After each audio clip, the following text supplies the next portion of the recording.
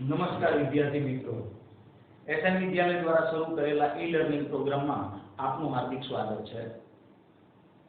કેમિસ્ટ્રીની અંદર વિદ્યુત રસાયણ નામના ચેપ્ટરમાં છેલ્લે આપણે માઇકલ ફેરાડેના વિદ્યુત વિભાજનના નિયમોના દાખલાઓની ચર્ચા કરી હતી. આજે આપણે ઈ વિદ્યુત રસાયણની અંદર આગળ કોષ અથવા તો બેટરી વિશેની ચર્ચા કરીશું. કોષ અથવા તો બેટરી મુખ્યત્વે બે પ્રકારની હોય છે, એટલે કે આપણે બે વિભાગની અંદર વહેંચીએ છીએ. એક છે પ્રાથમિક કોષ, બીજો છે દ્વિતીયક કોષ. પ્રાથમિક કોષ અથવા પ્રાથમિક બેટરી. તો પ્રાથમિક કોષ કોને કહેવાય? તો કે આ એક એવો કોષ છે કે જે લાંબા સમયના વપરાશ બાદ, એટલે તમે લાંબા સમય સુધી એનો ઉપયોગ કરો એટલે એ બેટરી નકામી બની જાય અથવા મૃત બની જાય, અને પછી એનો ચાર્જિંગ કરીને ઉપયોગમાં લઈ શકાય નહીં, તો એ બેટરીને આપણે પ્રાથમિક બેટરી અથવા તો પ્રાથમિક કોષ તરીકે ઓળખીએ છીએ. દાખલા તરીકે ઘડિયાળની અંદર જે પાવર આવે છે એ જેનો એક વખત ઉપયોગ કર્યા પછી એને આપણે ફેંકી દઈએ છીએ. એ જ રીતે ટોર્ચની અંદર જે બેટરી આવે છે તો એ બધા પ્રાથમિક કોષ છે. તો પ્રાથમિક કોષની અંદર બે પ્રકારના કોષની આપણે વાત કરીશું. એક સૂકો કોષ, બીજો છે મર્ક્યુરી કોષ. આ સૂકો કોષ અને મર્ક્યુરી કોષ જેની આપણે રજૂઆત કરીશું. આ સૂકા કોષ અને મર્ક્યુરી કોષની અંદર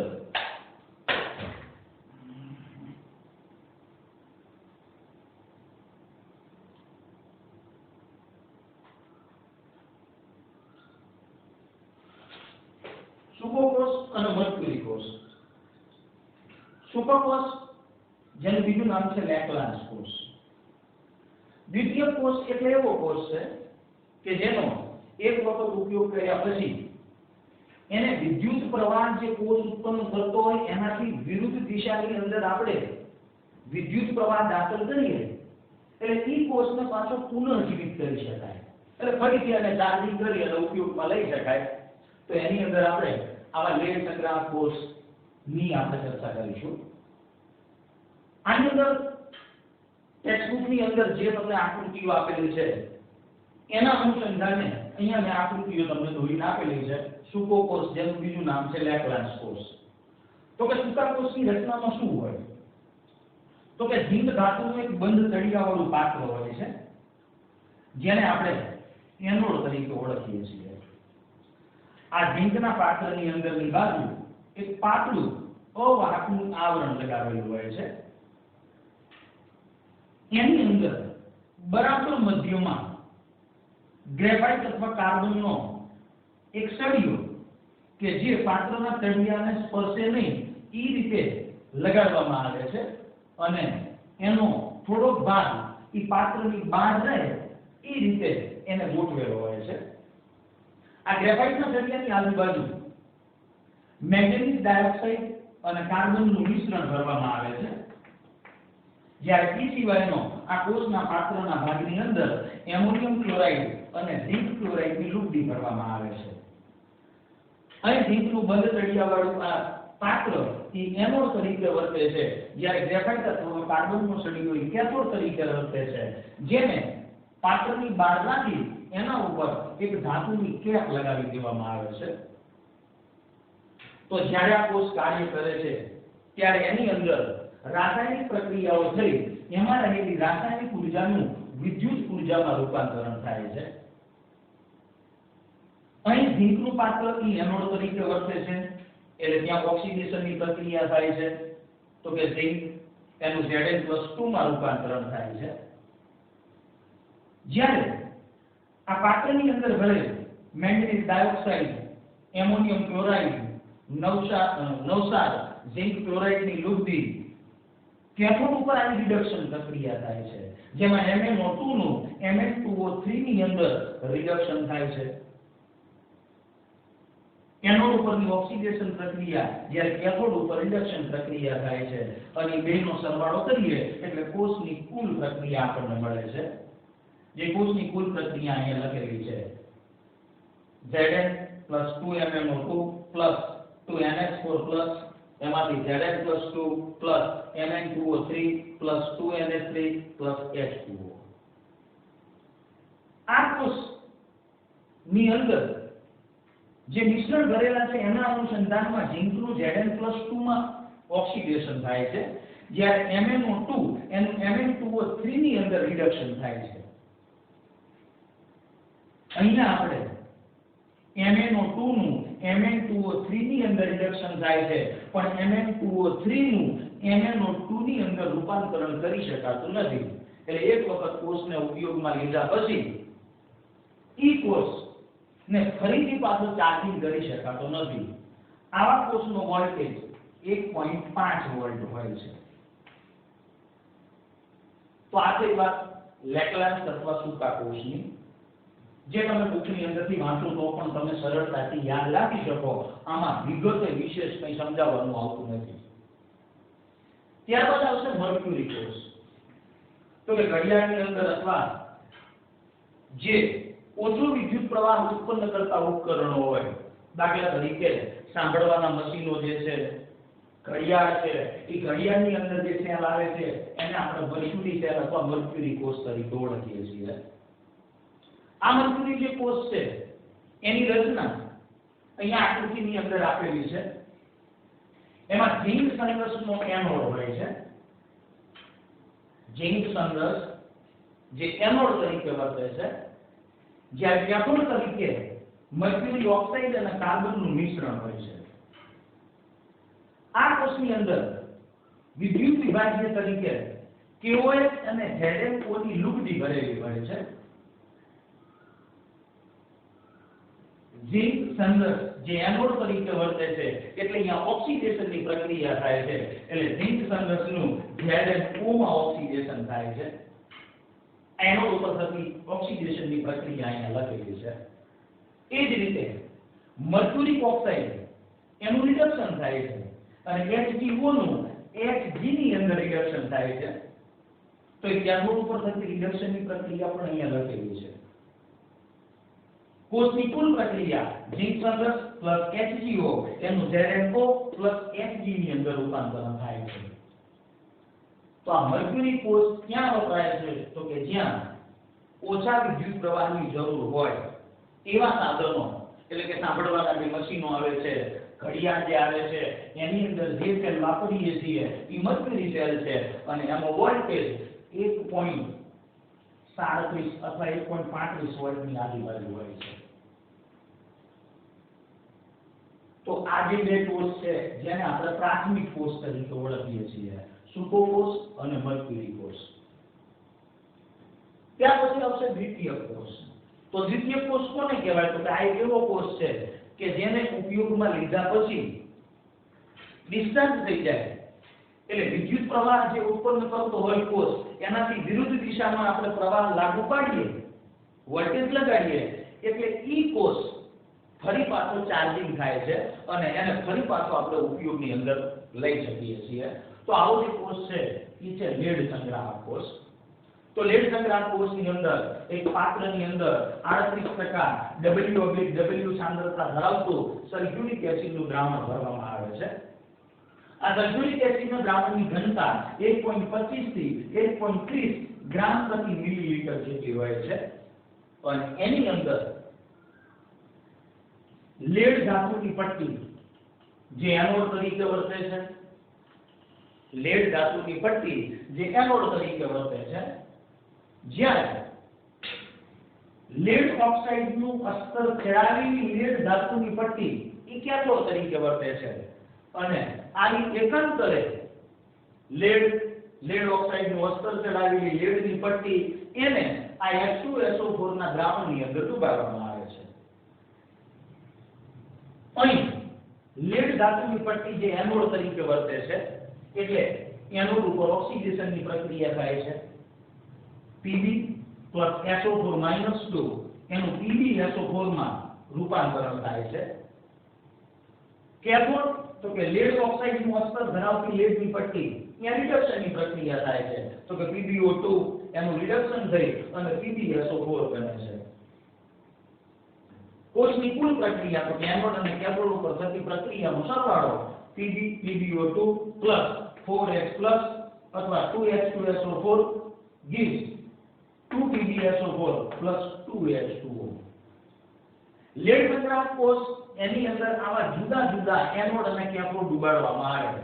જો એક જ કોષ તૈયાર કર્યો હોય તો એનો વોલ્ટેજ 2 વોલ્ટ હોય છે, પણ આવા એક કરતા વધારે સેલ હોય અથવા એનોડ અને કેથોડ આવા વિદ્યુત ધ્રુવો એ દ્રાવણની અંદર વધારે ડુબાડેલા હોય તો જેટલા વધુ આવા સેલ જોડેલા હોય તો વધુ વોલ્ટેજ આપણે ઉત્પન્ન કરી શકીએ. જો આવા 6 કોષ જોડેલા હોય તો 12 વોલ્ટ. એ જ રીતે આવા 12 કોષ જોડેલા હોય તો 24 વોલ્ટ, એટલે કે વધુમાં વધુ વોલ્ટેજનું ઉત્પાદન કરી શકાય છે. ઓટોમોબાઈલ વાહનોની અંદર આવા લેડ સંગ્રાહક કોષનો ઉપયોગ કરવામાં આવે છે. જ્યારે આ કોષ કાર્ય કરતો બંધ થઈ જાય, વિદ્યુત પ્રવાહ ઉત્પન્ન કરતો બંધ થઈ જાય, ત્યારે H2SO4 ના દ્રાવણની જે ઘનતા છે એ ઘનતા 1.25 માંથી 1.10 અને 1.30 એટલે કે 1.15 ગ્રામ પ્રતિ મિલીલીટર થઈ જાય છે. અને એવા સંજોગોમાં કોષ દ્વારા વિદ્યુત પ્રવાહનું નિર્માણ થતું નથી. તો આ કોષની અંદર ફરીથી આ સલ્ફ્યુરિક એસિડનું 38% સાંદ્રતા ધરાવતું W સાંદ્રતા ધરાવતું સલ્ફ્યુરિક એસિડનું દ્રાવણ ભરવામાં આવે છે અને કોષ જે વિદ્યુત પ્રવાહ ઉત્પન્ન કરતો હતો એનાથી વિરુદ્ધ દિશામાં પ્રવાહ લાગુ પડે અને આ કોષને ફરીથી આપણે ચાર્જ કરી શકીએ. તેમ છતાં આ કોષને રિચાર્જ કરી અને કોષને પુનઃ ઉપયોગમાં લેવાની ક્ષમતા 100% હોતી નથી. ટૂંકમાં લાંબા વપરાશના અંતે આ કોષ પણ નકામો તો બને જ છે, કારણ કે PbSO4 ઈ જમા થતો જાય છે. આ PbSO4 ઈ જમા થતો જાય છે, એના લીધે કોષની કાર્ય કરવાની ક્ષમતા ઘટી જાય છે. પણ જો આપણે સલ્ફ્યુરિક એસિડની 38% W સાંદ્રતા ધરાવતું દ્રાવણ ભરી અને ઈ કોષને બહારથી વિરુદ્ધ દિશામાં પ્રવાહ લાગુ પાડી અને કોષને ચાર્જિંગ કરીએ, એટલે અહીં જે એનોડ અને કેથોડ ઉપર ડિસ્ચાર્જિંગની પ્રક્રિયા થતી હતી એના કરતા વિરુદ્ધ પ્રક્રિયા થાય છે. જે પ્રક્રિયા એનોડ ઉપર અત્યારે હાલ કોષના વપરાશ દરમિયાન થતી હતી, હવે એ જ એનોડ ઉપર થતી પ્રક્રિયા ચાર્જિંગની પ્રક્રિયા દરમિયાન કેથોડ ઉપર થાય છે. એટલે કે કેથોડ ઉપર થતી રિડક્શનની પ્રક્રિયામાં લખવી હોય ચાર્જિંગ દરમિયાન તો આ પ્રક્રિયાને ઉલટાવી દેવાની. જે એનોડ ઉપર થાય છે એ જ પ્રક્રિયા હવે કેથોડ ઉપર થશે, પણ આનાથી ઉલટી. એટલે કે PbSO4 પ્લસ 2 ઇલેક્ટ્રોન મેળવે એટલે એમાંથી Pb પ્લસ SO4 માઈનસ 2 માં રૂપાંતરણ થાય, એટલે આ કેથોડ ઉપરની રિડક્શન પ્રક્રિયા. એ જ રીતે જ્યારે આપણે ચાર્જિંગ કરીએ ત્યારે એનોડ ઉપરની ઓક્સિડેશન પ્રક્રિયા, તો કે કોષના વપરાશ દરમિયાન જે પ્રક્રિયા કેથોડ ઉપર થતી હતી એ જ પ્રક્રિયા હવે એનોડ ઉપર થશે. PbSO4 પ્લસ 2H2O એમાંથી PbO2 plus 4H plus 2 electron plus SO4 minus 2. ટૂંકમાં જે પ્રક્રિયા કોષના ઉપયોગ દરમિયાન થતી હતી એનોડ ઉપર, એ જ પ્રક્રિયા હવે કેથોડ ઉપર થશે, પણ એનાથી વિરુદ્ધ. કેથોડ ઉપર જે પ્રક્રિયા થતી હતી એ જ પ્રક્રિયા હવે ચાર્જિંગ દરમિયાન એનોડ ઉપર થશે, પણ એનાથી વિરુદ્ધ. તો આ પ્રમાણે લેડ સંગ્રાહક કોષ જેની અંદર રહેલા દ્રાવણ એની ઘનતા ઘટી જાય ત્યારે કોષ એની કાર્યક્ષમતા ઓછી થઈ જાય છે, એટલે ફરી સલ્ફ્યુરિક એસિડનું દ્રાવણ ભરી અને કોષને આપણે રિચાર્જ કરી શકીએ. આ સિવાય તો કંઈક બળતણ કોષ આવશે. મર્ક્યુરી કોષ જે છે એ મર્ક્યુરી કોષના વપરાશ દરમિયાન એના વોલ્ટેજની અંદર થોડો પણ ફેરફાર થતો નથી, એટલે સમગ્ર વપરાશ દરમિયાન એનો વોલ્ટેજ અચળ જળવાઈ રહેશે. તો આજે જે કોષ છે જેને આપણે પ્રાથમિક કોષ તરીકે ઓળખીએ છીએ કે જે એક વખત નશામાં બની જાય પછી એને ચાર્જિંગ કરી અને પુનઃ ઉપયોગમાં લઈ શકાતા નથી, જ્યારે લેડ સંગ્રાહક કોષ એ નકામો બની જાય પછી એને વિરુદ્ધ દિશામાં વિદ્યુત પ્રવાહ લાગુ પાડી અને ફરી પાછો એને ચાર્જિંગ કરી અને ઉપયોગમાં લઈ શકીએ છીએ. મોટે ભાગે આની અંદરથી કોષની અંદર થતી હોય એવી રાસાયણિક પ્રક્રિયાઓ તમને પૂછવામાં આવે છે કે ભાઈ લેડ સંગ્રાહક કોષની અંદર ડિસ્ચાર્જિંગ થતો હોય કોષ ઈ વખતની એનોડ અને કેથોડ ઉપરની પ્રક્રિયાઓ લખો તો એ આપણે અહીંયા લખેલી છે. એને જ્યારે ચાર્જિંગ કરવામાં આવે ઈ વખતની એનોડ અને કેથોડ ઉપરની પ્રક્રિયાઓ લખો તો ઈ પ્રક્રિયાઓ આપણે અહીંયા લખેલી છે. એ જ રીતે તમને મર્ક્યુરી સેલની અંદર અને પ્રાથમિક કોષમાં સૂકો કોષ અથવા જેનું બીજું નામ છે લેક્લાન્સ કોષ એના વિશેની પણ પ્રક્રિયાઓ એનોડ અને કેથોડ ઉપરની તમને પૂછી શકે. તો આ તો તમે જાતે વાંચો. હા, સમીકરણો તમારે ખાસ યાદ રાખવા પડે. બાકી આની અંદર આ સિવાય વિગતે અથવા ઊંડાણપૂર્વક કશું સમજવાનું હોતું નથી. ટૂંકમાં આ બધા કોષ એ રાસાયણિક ઉર્જાનું વિદ્યુત ઉર્જામાં રૂપાંતરણ કરે છે. લેડ સંગ્રાહક કોષ, મર્ક્યુરી કોષ, પ્રાથમિક કોષમાં સૂકો કોષ, આ બધા જે રાસાયણિક ઉર્જાનું વિદ્યુત ઉર્જામાં રૂપાંતરણ કરે છે. બળતણ કોષ પણ એવો જ કોષ છે જે રાસાયણિક ઉર્જાથી ઉત્પન્ન થતી ઉષ્મા ઉર્જાનું સીધું જ વિદ્યુત ઉર્જામાં રૂપાંતરણ કરે છે. તો હવે પછીની જે વાત આવશે એ છે બળતણ કોષ. તો બળતણ કોષની આકૃતિ પણ તમારી બુકની અંદર આપેલી છે. એની આકૃતિ એકદમ સરળ છે.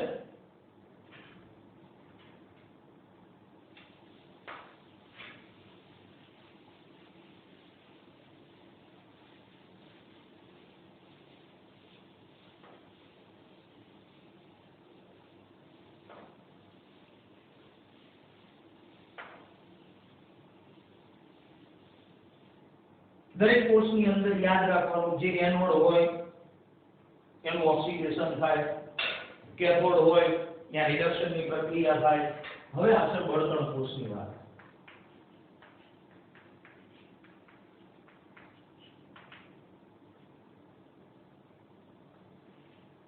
બળતણ કોષ તો કે કેટલાક બળતણ એનું જ્યારે દહન કરવામાં આવે, દાખલા તરીકે હાઇડ્રોજન છે, મિથેન વાયુ છે, મિથેનોલ છે, આ બધાના ઇંધણનું દહન કરીએ એટલે એની અંદરથી ઉત્પન્ન થતી રાસાયણિક ઉર્જાનું વિદ્યુત ઉર્જામાં રૂપાંતરણ કરી શકાય છે.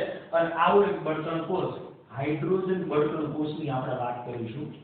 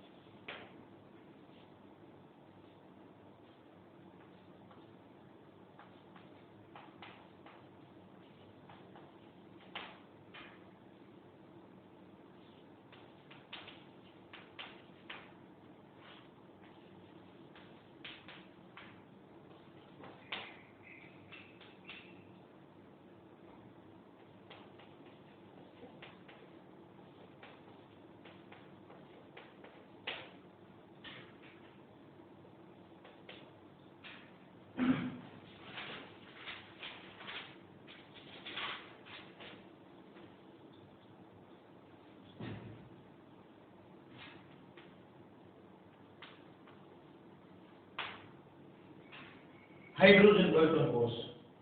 તો કે હાઇડ્રોજન બળતણ કોષની અંદર હાઇડ્રોજનનું ઓક્સિજનની હાજરીમાં દહન થઈ અને એની અંદરથી પાણી બને છે.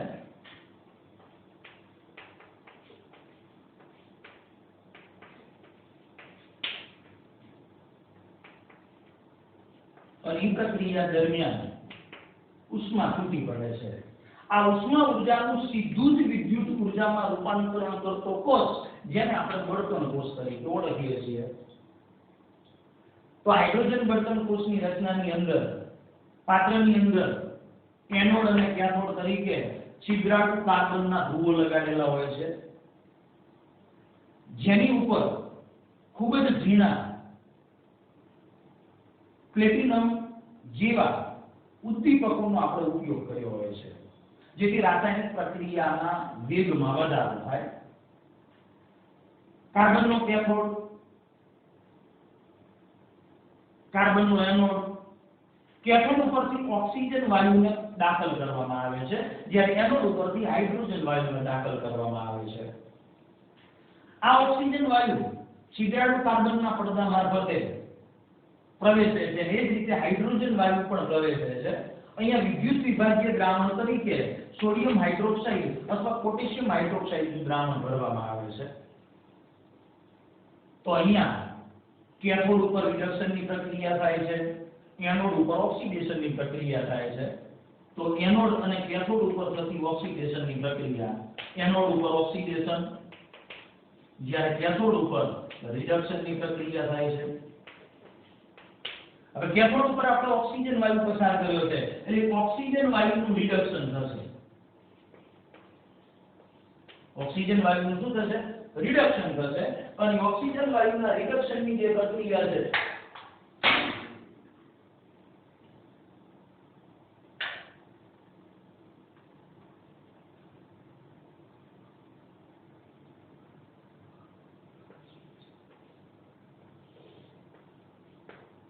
ઓક્સિજન વાયુનું કેથોડ ઉપર રિડક્શન થાય છે, જ્યારે એનોડ ઉપર હાઇડ્રોજન વાયુનું ઓક્સિડેશન થાય છે।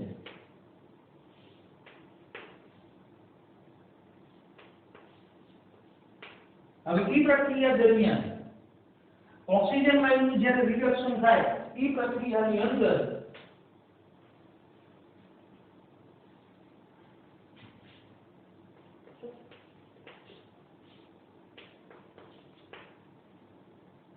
ઓક્સિજન વાયુનું રિડક્શન થઈ અને એની અંદરથી OH- આયન બને છે, અને હાઇડ્રોજન વાયુનું એનોડ ઉપર ઓક્સિડેશન થાય છે, એટલે એની અંદરથી પાણી બને છે।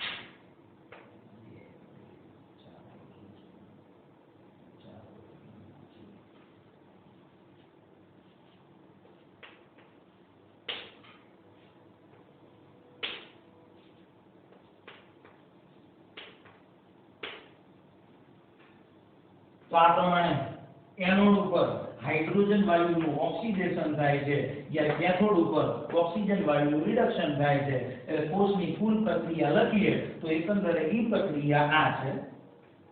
4OH કેન્સલ, 2H2O કેન્સલ, એટલે સામેની બાજુ 2H2O મળશે, એટલે 2H2 O2, એમાંથી આપણને પાણી મળે છે। તો હાઇડ્રોજન બળતણ કોષ એની આ પ્રમાણેની રચના છે।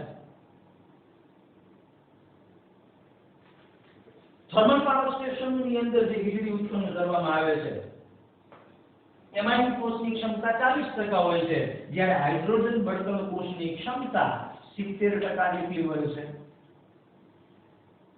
ઓક્સિજન અને હાઇડ્રોજન વાયુ સતત પસાર કરતા જવામાં આવે તો આ કોષ સતત કાર્યરત રહે છે, અને સીધું જ રાસાયણિક ઉર્જાનું વિદ્યુત ઉર્જામાં રૂપાંતરણ થાય છે। અહીં આ પ્રક્રિયા દરમિયાન જે પાણી બને છે એ પાણીને સંગ્રહિત કરી અને એનો ઉપયોગ પીવા માટે પણ કરી શકાય। આવા હાઇડ્રોજન બળતણ કોષનો ઉપયોગ એપોલો અવકાશયાનની અંદર કરવામાં આવેલો, જેમાં એ રાસાયણિક ઉર્જાનું સીધું જ વિદ્યુત ઉર્જામાં રૂપાંતરણ થાય છે, અને સંગ્રહિત કરેલા પાણીનો ઉપયોગ પીવા માટે પણ કરી શકાય છે। તો આ પ્રમાણે જુદા જુદા પ્રાથમિક અને દ્વિતીય કોષની રચના તમારી બુકની અંદર આપેલી છે। હાઇડ્રોજન બળતણ કોષ એ પ્રદૂષણ રહિત છે, જેના લીધે પર્યાવરણ દૂષિત થતું નથી।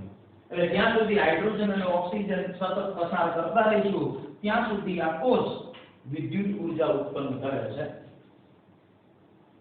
હવે પાઠના છેલ્લા ટોપિકની અંદર આપણે ક્ષારણની ચર્ચા કરીશું અને માઇકલ ફેરાડે વિદ્યુત વિભાજનના જે નિયમો રજૂ કરેલા એના અનુસંધાનમાં બે વિદ્યુત વિભાજન કોષ કે જેમાં કેથોડ અને એનોડ ઉપર કઈ કઈ નિપજો મળે છે એની ચર્ચા કરવાની બાકી છે। CuCl2 નું દ્રાવણ ભરેલું હોય અને CuCl2 ના દ્રાવણની અંદર સક્રિય અને નિષ્ક્રિય ધ્રુવો ડુબાડી કેથોડ અને એનોડ ઉપર મળતી નિપજોની ચર્ચા જે અગાઉ આપણે કરી નથી એ ચર્ચા અને સાથે સાથે ધાતુનું ક્ષારણ એ ધાતુના ક્ષારણની અંદર એનોડ અને કેથોડ ઉપર થતી રાસાયણિક પ્રક્રિયાઓ એની ચર્ચા આપણે આગળના લેક્ચરની અંદર કરીશું। નમસ્કાર।